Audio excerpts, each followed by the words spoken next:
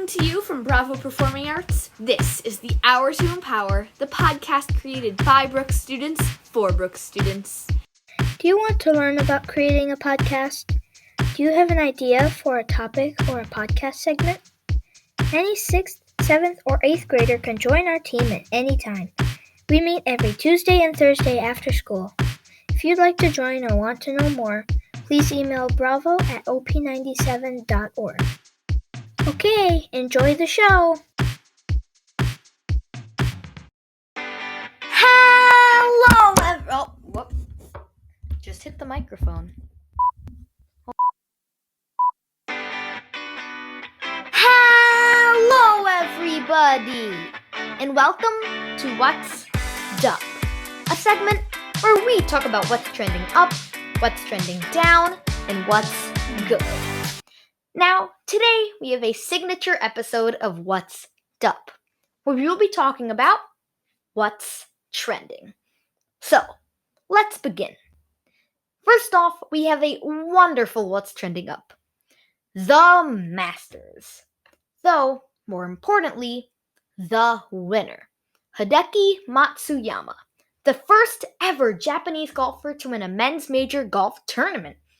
Awesome job! In terms of what's trending on the big screen, we have the new movie Godzilla vs. Kong, the TV show Falcon and the Winter Soldier, and, of course, WandaVision, for the people that are either rewatching it or still haven't finished. Totally not me.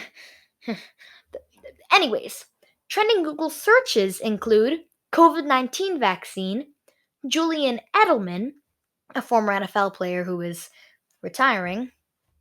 I personally still stand my ground with saying that he should have gone with Tom Brady and Rob Gronkowski with the Buccaneers, but, understandably, I think the Bucs wanted to be the Bucs, not the Patriots in a different jersey. Oh, and a pretty popular search right now is Bad Bunny Tour 2022. Check it out! Now, we've talked about what's trending up, but we don't want to go to the dreaded trending down too soon. So, let's talk about what's good. What's good? A time where we get to talk about what's good. Well, in music, Olivia Rodrigo has released a new song, and Taylor Swift has released her version of her 2008 album, Fearless, which also features some new songs. Also, you know what else is good and trending? Waffles and mochi. That's right, the cooking show with Michelle Obama that Gavin and I talked about back in February. It's amazing, and you should really check it out. Now, it is time for What's Trending Down. This is where we talk about the popular things that are happening right now that might only be trending because they're not so good. Now, what's trending down? Well, the Shamrock Shake is at a McDonald's, so that's not great, but more importantly, McDonald's is closing up a bunch of stores that were inside of Walmart's! This is probably because business hasn't been doing too well for restaurants inside of supermarkets due to the pandemic. For a lot of people now, when they're shopping, they just want to get in, get what they need, and get out. They don't really have much time to order a McMuffin while they're at it. So, because business has been slowing down for those in-store restaurants, they might be forced to close. So, next time you're at a Walmart with McDonald's, take a look at it, because soon it might be gone. Well, that's it for today's episode of What's Up. Thank you so much for listening, and I'll see you next time on What's Up.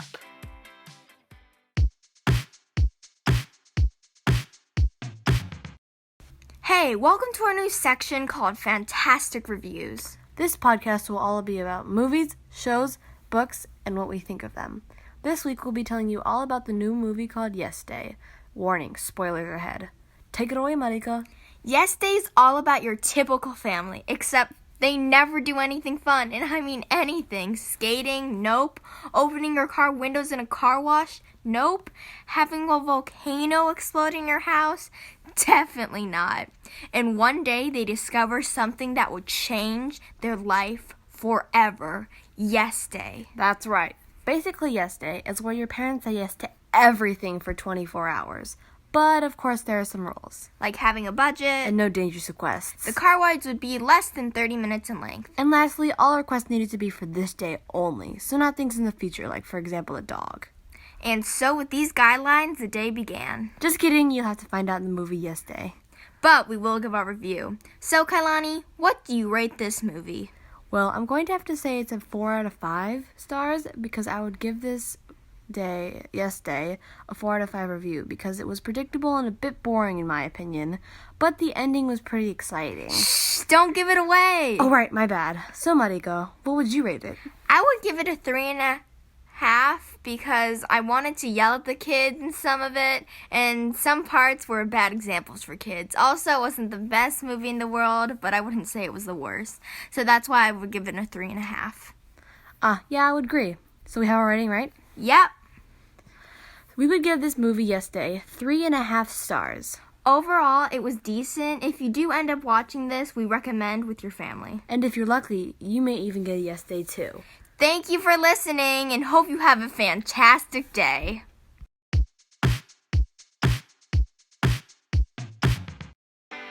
Hello, and welcome to another episode of Tech Talk, where we talk about all of the trending tech topics that I can cover. I'm your host, Gavin Griffin. Today's tech topic is electric cars. Let's get right into it. Let's start off today's segment with the three main types of electric cars, or EVs. The first type is, drumroll please, battery electric vehicles, or BEVs, are powered solely by electricity, which is surprising. I don't understand fully on how they do that, so I guess they just do. The next type of EV is plug-in electric vehicles, or PHEVs, run equally on gas and electricity. That seems to make more sense. Finally, the last type of EV is hybrid electric vehicles, which run mostly on gas but do have electric components. I'm sure we've all heard of this type of car. Now that you know the types of EVs, I want to explain the two types of car, both regular and electric, emissions. The two emissions are life and direct cycle emissions. Let's start with life cycle emissions, or LCE. LCEs are emissions involving fuel and vehicle production, processing, distribution, use, and recycling/disposal.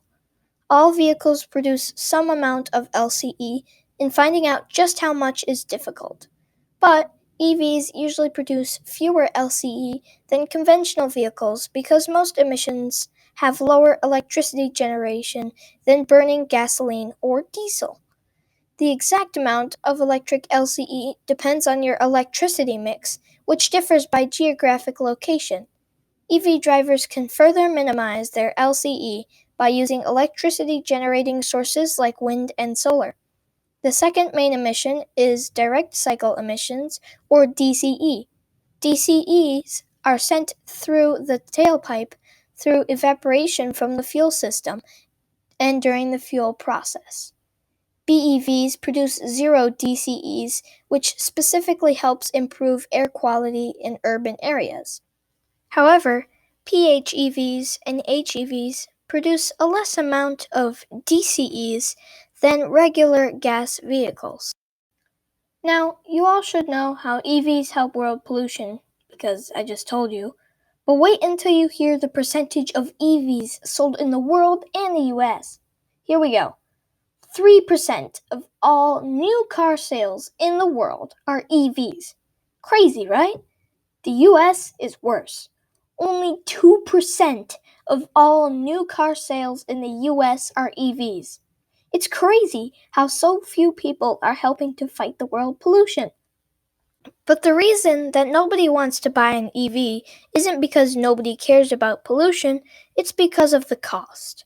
Right now, the cost of a Bolt hatchback by GM is $32,000.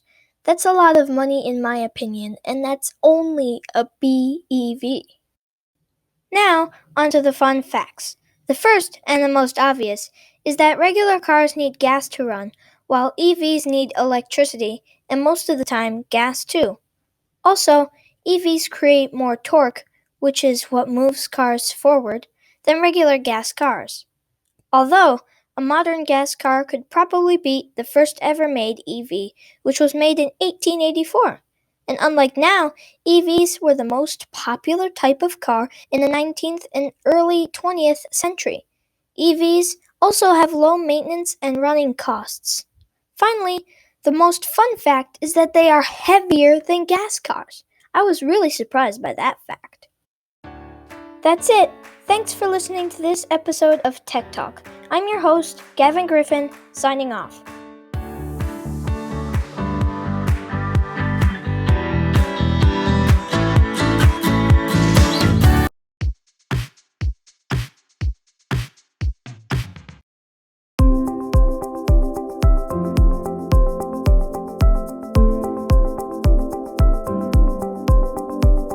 Hello, and welcome to the Politics for Teens segment. Today, we are sort of navigating away from politics, but you're still close to it. We'll be talking about different ways of handling the pandemic and different presidents' ways of doing it. Now we will talk about the different approaches to handling the pandemic. Our first approach is where you do strict rules, and it can lead to opening up faster, but it can be bad for the economy during lockdown. There's something where you can lock down with only a few laws that can lead to getting back to normal fast, but not as fast as strict rules. And then there is an approach where you have almost no lockdown and no restrictions, which is better for the economy, but it does cause more cases, deaths, hospitalizations, and etc. In my opinion, strategy 1 is better because it minimizes cases, and even though the economy doesn't do well during the lockdown, it can get back to normal fast without causing as many cases, deaths, hospitalizations, etc.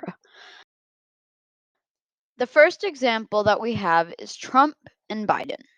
Trump went for a more of ignore science approach, while Biden literally campaigned on the idea that he would trust science.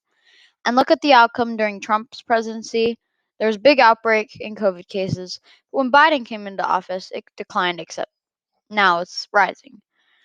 With that being said, though, we do have to consider that we found more about the virus as we got further into the pandemic, which caused us to find new ways of treating it, including the vaccine that we got.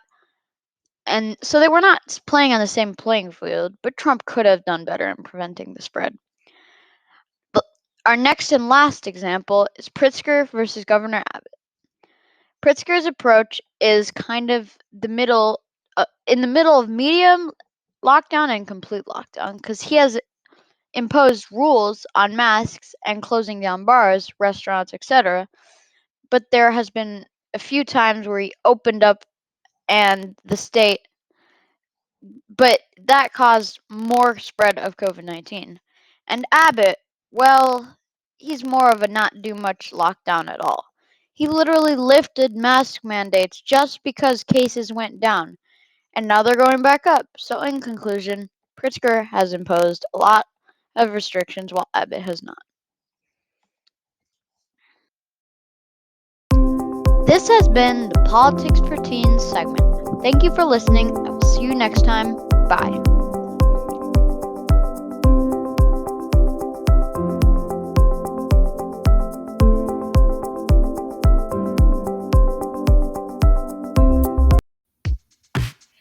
This was the Hour to Empower podcast, a podcast by Brooks students for Brooks students. We are your essential source for news, comedy, interviews, and more. Hour to Empower is brought to you by Bravo Performing Arts at Gwendolyn Brooks Middle School. For more information on how you can be a part of our shows, clubs, and classes offered by Bravo, please go to bravoperformingarts.org and subscribe to us on YouTube for the latest episodes of Hour to Empower. Thank you for listening.